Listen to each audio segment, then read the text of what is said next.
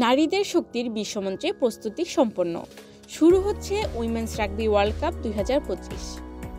আগামী 22 আগস্ট ইংল্যান্ডের সান্ডারল্যান্ড শহরের স্টেডিয়াম অফ লাইটে উদ্বোধনী ম্যাচে মুখোমুখি হবে স্বাগতিক ইংল্যান্ড ও যুক্তরাষ্ট্র। ফাইনাল অনুষ্ঠিত হবে লন্ডনের বিশ্বখ্যাত টুইকেনহ্যাম স্টেডিয়ামে। এবারই সবচেয়ে বড় পরিসরে নারীদের রাগবি বিশ্বকাপ অনুষ্ঠিত হচ্ছে।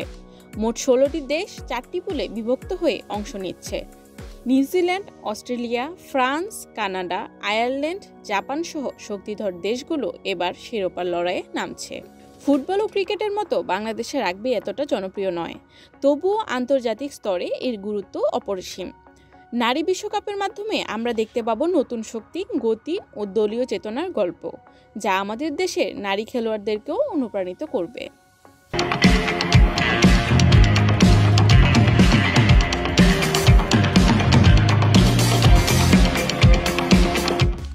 আপনি হয়তো ভাবছেন রাগবি আসলে কি? রাগবি হলো একটি দলীয় খেলা যেখানে খেলোয়াড়রা বল হাতে নিয়ে দৌড়ায়, পাস দেয় এবং কখনো কখনো পায়ের সাহায্যে স্কোর করার চেষ্টা করে।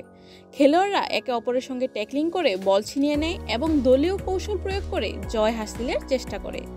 ফুটবল বা ক্রিকেটের মতো এটি বিশ্বের বিভিন্ন দেশে ব্যাপক জনপ্রিয়।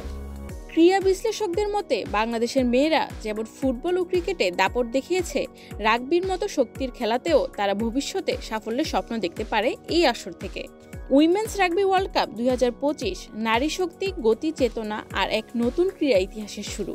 আপনি কি প্রস্তুত উইমেন্স রাগবি ওয়ার্ল্ড কাপ 2025-এর জন্য?